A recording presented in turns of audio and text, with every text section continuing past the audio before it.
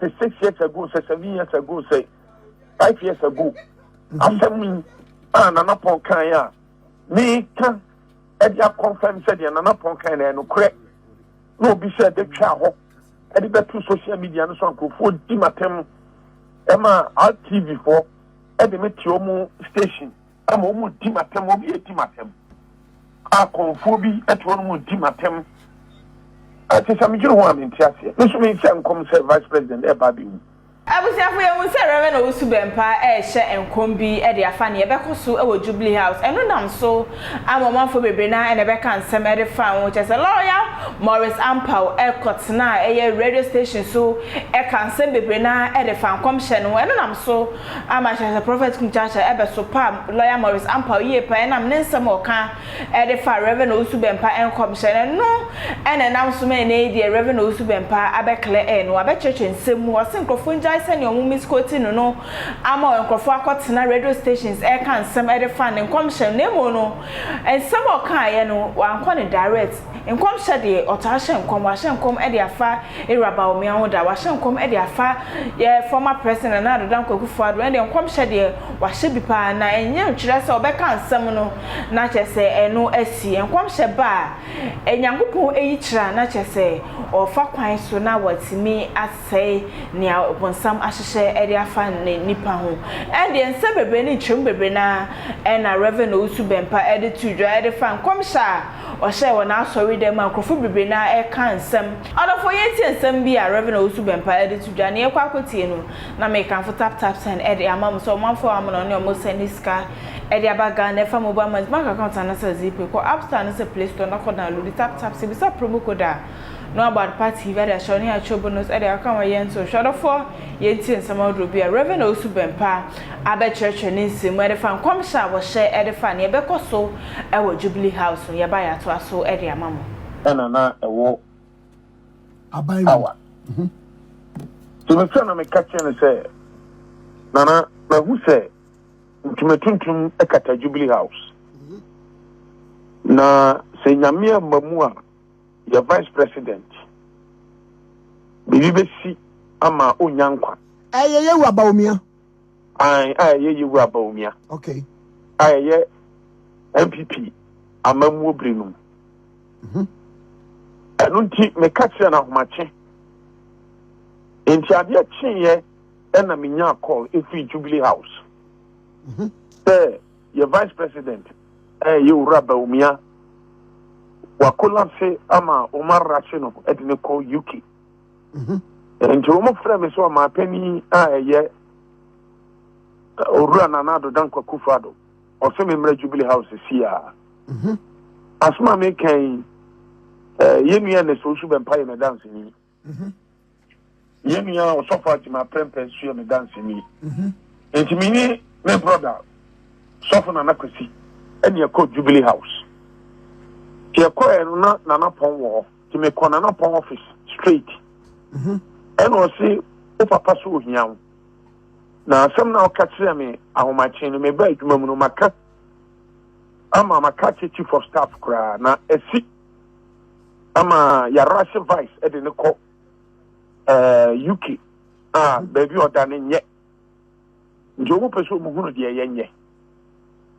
nje na me call o ma penny office ye man penny Nana Adodan Kwakufu Ado ye ex-president the require no meeting komo e mo bu sebisa me nsem bibiri ma me kan say no kre me na me friend Nana Pon o ma chire kan bibi sa kire no tinate say baby a enia me kono na in fact ehu nji o bu sa me say Nana Pon ka so no na nkade na e ba me so e na ten de call vice na say no kre no se de free hin Dana me mpese me kam no kura kire ni yie sabi ana ya mo nhwehwe no dia me kan ya ne so papa ye be ye ho adwuma okay e no so wate enunti me free ni office e na me call Nana Pon ho me ko ene ni pa Nana Pon office so me am catch Nana Pon say me pa ni so mo obi en free ni office so abe pese me use no as a point of contact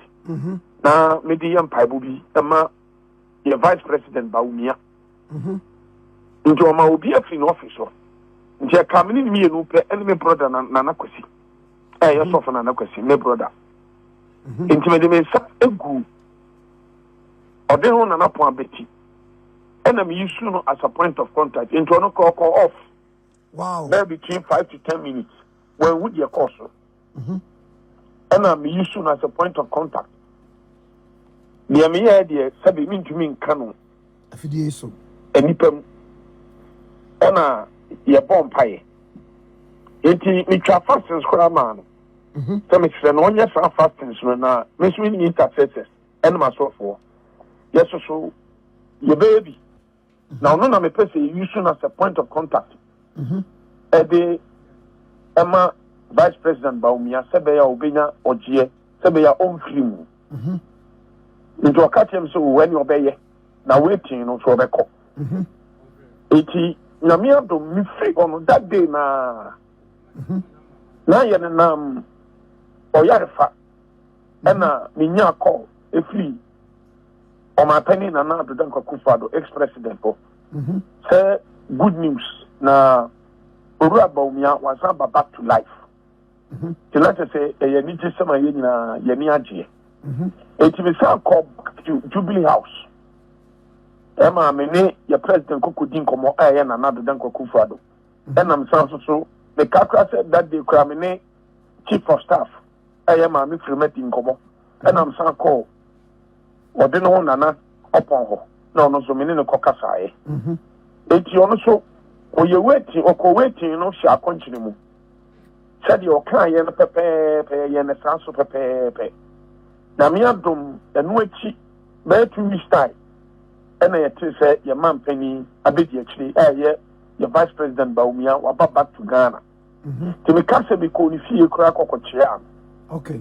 And untino sanse when na me can assure them Sunday no e dia confirm me die na na pon ken na me ka say aya na mpanifo asɛmta no me pese me ka no nipam. Okay. Tina bibi sa no man ka no aso dem and repeat no continuously. Because mpanifo asɛmta no ana me pese me ka ama public not. Because anyone din komo bebre ba asɛm we de unka na fidie so da. Ai na ebi kura ka ho but unso pani me no enye se me ya asɔre pa nyame befa me mu akasa afɔ pani pa bi ho. Me hu hwie nye ya ebi ebehia se oman ni nyina be bompire na se me ne me church members be bompire ya konchene afa sa opani kro no ehu eniswade hu na mehu a e obi a aya no opani bi kura ba me ncha me pese me ka na public na niema bebrebe ho no ma nyame na me so ye e president bi ho John Dramani Mahama onumunyamfo ma mu onu kura su din e o ma soro dem ho timenti afia se nipa da sani I said that Asma may refer to Nana Pong Asem, a 6 years ago, 7 years ago, 5 years ago. Asem Nana Pong Kaya. Me can Edia confirm said Nana Pong Kaya no correct. No be said the child. Editor to social media and so on could food Dimatem Emma RTV for Edimetiomo station. I'm almost Dimatem will be a Dimatem. A confobi at one would dimatem. I say some you want in Tiasia. This means some come say Vice President Ebabi. The crown in take crowd says the home family. Okay. When I mean that. Intimia Eba Ajima Prempe. And our friend knows Papa. Matisia Suasan come say Vice Ebabi and send me and you look correct. Oh, near Chukana make it say your Vice Flower no home family. The crown can be named that. Okay. Oh. Nti no wasen kofo di asem ya tom so na nipa di matem na Morris Ampaw ma kotra chama wuntumi ni TV ho di matem cassette ya me cassette ya sebe NDC say NDC baaye ne brebi aka di asem baaye na aka echi papa akwasi amisaka eno so owu ye na NDC fo kunkum fantefo menti afisa Morris Ampaw wodi mi din kotena ho no mu a ono kwa de mitie ni yi anu ose Order for ni nchemu ahodo Reverend Owusu Bempah abechechemu ene ekonekoti emu ensema beso so baso afa comment eto a so hye na koto afa so senu bians bet maka video epi medidi abna Owusu from akra me be se share epi Mr. Mankwa Me office was saying this cabane de awie ni project no. Eso de bia me office ka ma ne wo problem. Enemremu. Na monte tap sending kan. No so ne de. Tap send ye easy, fast and secured way. Ubetimi send this free amanone. Aba Ghana bank account and as a mobile money account. Untia transfer fee bia. Sir, I obey any say. Chirani say won ko App Store na Play Store. On download the tap send app no. Or download ya. Ebebu sanso promo code. O ma de pet TV shim. Obenya €5, £5, and answer $10 on his first transfer. And you make kwa friend a catch them. Tabi minyanwe. Esansa tap send at the good news aba. Tap send the giving the customers won't or the tap send wallet aba. I know about anything. So your customer who UK sia. Ubetimi akọ tap send app no no create wallet woso. Enti se rate ne kosora now the sika ko gu wallet no. Anase mpo betimi atususu nkakra enti abere sem a opeso send sika ba Ghana no no anse wa send sika na ba Ghana anase oba o my Ghana mu a watimi ayusu sika e wo wallet no tie and you said to say you use momo Ghana hayru sa pepepe se si tap send that na shim kopiem wo United Arab Emirates Netherlands and Austria tap send na papa no